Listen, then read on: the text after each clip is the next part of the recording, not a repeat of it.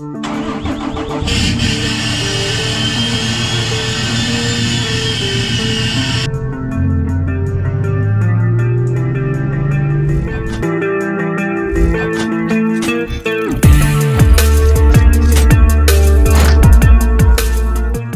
back to the channel. In today's video we're going to be installing this pusher style intake air horn that we got off of eBay. We've gone ahead and blasted it and powder coated it. It's a black, stone black base from Prismatic Powders with a deep red top coat. This air horn we picked up off of eBay for right around, I want to say it was like 85 bucks. They fluctuate pretty much daily, and you can find them from 65 to 130 bucks if you don't go with the Pusher brand. Pusher brand I think is around 350 or so.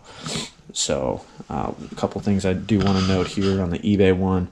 From what I saw in pictures, the eBay ones are welded in here, whereas I believe the Pusher ones, I think this is one solid piece, or they make it look like one solid piece rather than welded. All in all, I think it's a pretty nice quality part. I didn't see anything major on it. It had really nice welds. This is a different brand than some of the other guys run. Pretty much all coming from the same place though, so they're all China built and just distributed throughout the US. But this is going to get put on, and then we're going to get to it. I'm not going to show you guys an in-depth install video. There's tons of them out there. So what I wanted to note or cover is basically just the powder. I was kind of on the fence about the powder coat color because it does have a dark base coat. We've powder coated a cup in this deep red and it turned out awesome. And this was just a lot darker. So I think if I would have put maybe a chrome or a white base coat underneath of it, maybe it would have turned out a little bit more red, lighter red. Hopefully not pink, but to each his own. If pink is your color that you wanted, you might be able to achieve that with a white base coat.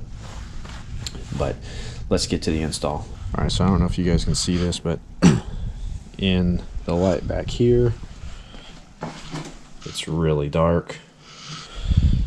And then the natural daylight, if you can see that, it's kind of a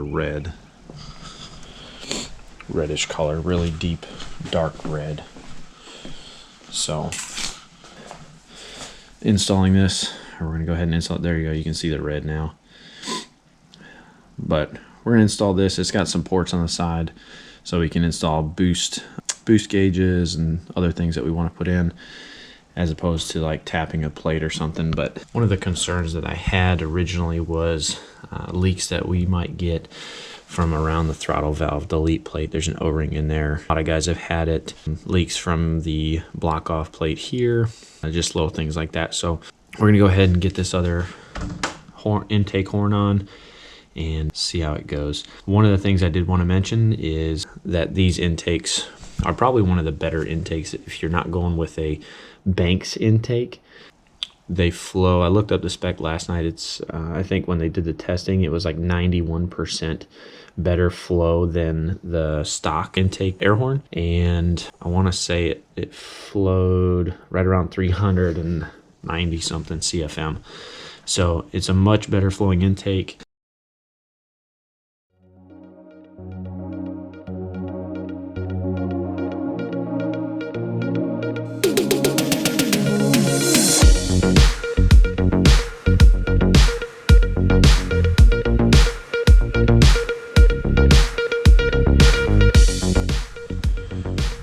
All right, the gasket that comes with the intake kit from eBay will have a gasket like this. It's got blue lines on the bottom of it. Anyways, those will go facing down. So you put the gasket on just like so.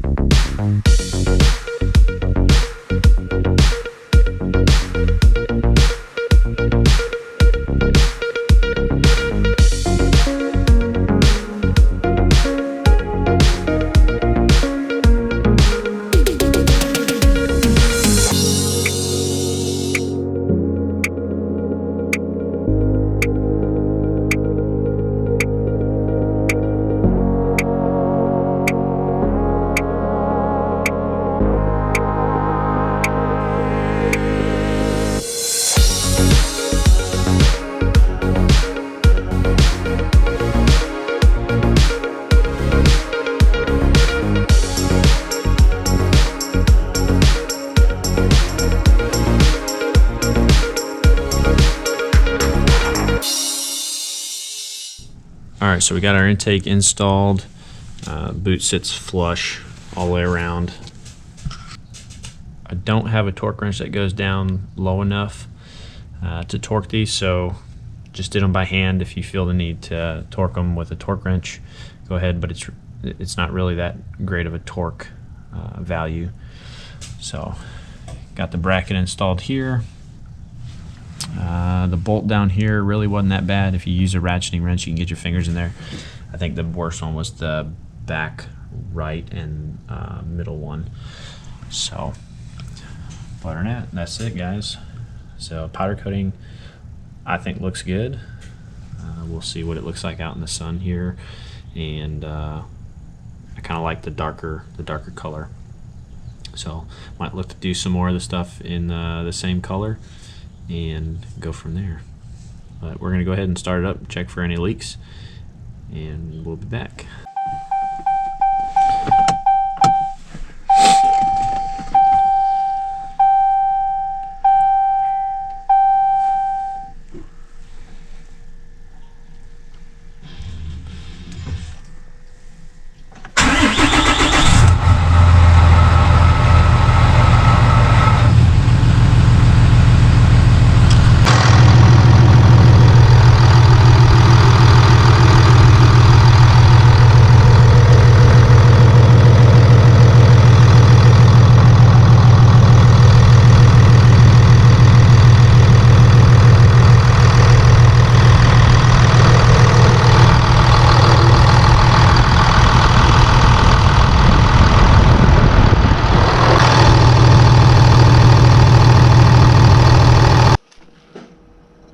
All right, so quick way to check this for leaks.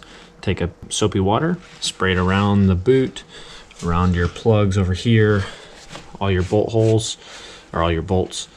It'll start bubbling if there's a leak. So we had a leak here, and then we had a leak down in there at the middle bolt. So you'll see it coming out. All the other ones are good. We just had to tighten them up a little bit and then resprayed, and everything was good. That's just at idle. Now, if you have a boost gauge, you can check that as well and just see if you're still maintaining boost. If you want to check system pressure and that you're maintaining a certain pressure, you can always do the boost leak tester.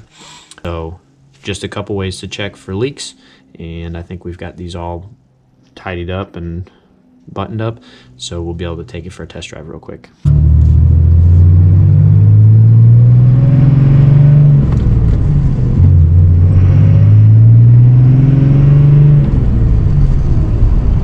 All right, so the powder coating gun that we used was the Eastwood Hot Coat PCS 250 dual voltage powder coating system. We used that along with their stone black, along with prismatic powders, stone black and deep red powder. We did a coat of the stone black first and then powder coated with the deep red over the top, which I think it's a transparent color. So if you powder coated over just raw aluminum, you'd have more of like a shiny finish. Similar to this cup here, this is kind of what it would look like if you did like a chrome base and then just powder coated over stainless.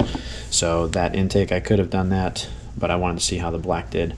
I actually really like it. It's a little bit growing on me, so I was on the fence about it, but I think it looks good. So we're gonna roll with that But that's going to conclude this video. Thanks for watching. If you got any questions, I will put the links below to the powder coating gun, and the intake that I used.